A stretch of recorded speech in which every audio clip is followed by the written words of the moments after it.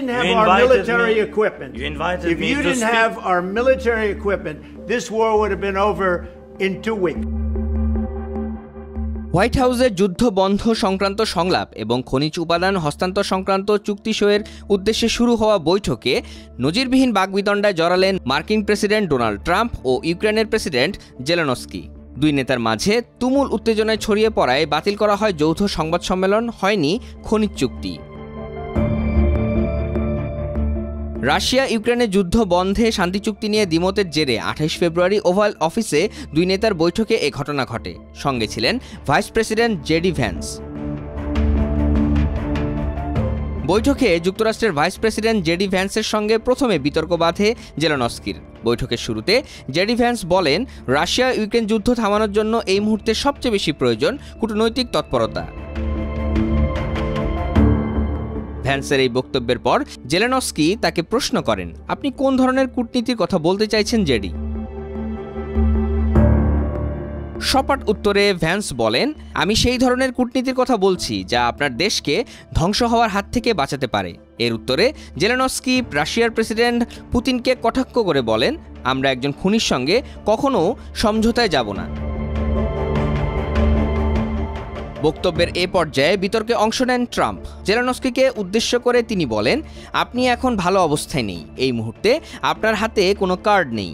যদি আপনি আমাদের সঙ্গে থাকেন তাহলে আপনার হাতে কার্ড আসা শুরু করবে। জবাবে জেলেনস্কি বলেন, আমি কোনো কার্ড খেলছি না এবং আমি খুব সিরিয়াস মিস্টার প্রেসিডেন্ট। কিন্তু তার কথাকে আমল না দিয়ে ট্রাম্প বলেন, আপনি কার্ড খেলছেন, শুধু তাই নয়, লাখ লাখ মানুষ এবং তৃতীয় বিশ্বযুদ্ধ নিয়েও জুয়া খেলছেন আপনি। এ সময় ইউক্রেনের প্রেসিডেন্ট সাফ জানান, পুতিনের সঙ্গে কোনো আপোষ হওয়া উচিত নয়। এক পর্যায়ে হোয়াইট হাউস থেকে বেরিয়ে যেতে বলা হয় জেলেনস্কিকে। এরপরই হোয়াইট হাউস থেকে বেরিয়ে যান ইউক্রেনের প্রেসিডেন্ট। পরে ট্রাম্প তার সোশ্যাল মিডিয়া প্ল্যাটফর্ম ট্রুথ সোশ্যালে এক পোস্টে লেখেন, তিনি যখন শান্তির জন্য প্রস্তুত হয়ে যাবেন তখন ফিরে আসতে পারেন। এদিকে উত্তেজনার পারদ চড়ায় যৌথ সংবাদ সম্মেলন বাতিল হলেও প্রশংসায় ভাসছেন ট্রাম্প। আর জেলেনস্কির পাশে দাঁড়িয়েছে ফ্রান্স ও স্পেনের মতো ইউরোপের দেশগুলো। যুক্তরাষ্ট্রের অর্থমন্ত্রী স্কট ব্যাসেন্ট সামাজিক যোগাযোগ মাধ্যমে লেখেন, প্রেসিডেন্ট ট্রাম্প, বিশ্বমঞ্চে আমেরিকান জনগণ ও আমাদের জাতির পক্ষে দাঁড়ানোর জন্য আপনাকে ধন্যবাদ।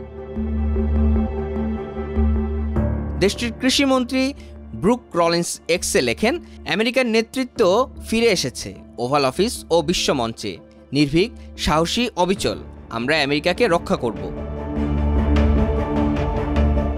প্রেসিডেন্ট ট্রাম্প ও ভাইস প্রেসিডেন্ট জেডি ভ্যান্সের প্রশংসা করে রিপাবলিকান কংগ্রেসম্যান রালফ নরম্যান সামাজিক যোগাযোগ মাধ্যমে লেখেন, শক্তিশালী নেতৃত্ব নিশ্চিত করছে আমরা আমেরিকান জনগণকেই এগিয়ে রাখি।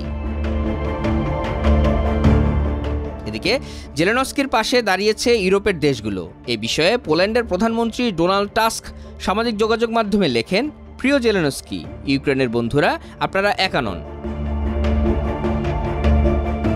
স্পেনের প্রধানমন্ত্রী পেদ্রো সেনচেজ এক্স পোস্টে লেখেন, স্পেন ইউক্রেনের পাশে আছে। ফ্রান্সের প্রেসিডেন্ট এমানুয়েল মাখো ইউক্রেন ও জেলেনস্কির প্রতি সমর্থনের কথা জানিয়েছেন। তিনি বলেন, রাশিয়া আগ্রাসনকারী এবং ইউক্রেনের মানুষ এই আগ্রাসনের ভুক্তভোগী। শুরু থেকে যারা লড়াই করে যাচ্ছেন তাদের প্রতি আমাদের অবশ্যই সম্মান দেখাতে হবে। সামগ্রিক পরিস্থিতি নিয়ে প্রতিক্রিয়া জানাতে ইউক্রেনের প্রধানমন্ত্রী ড্যানিস শিমহাল এক্স পোস্টে বলেন, নিরাপত্তা নিয়ে নিশ্চয়তা ছাড়া পুরো ইউরোপ মহাদেশের উপর রাশিয়ার আগ্রাসনের বিরুদ্ধে কোনো যুদ্ধবিরতি হতে পারে না।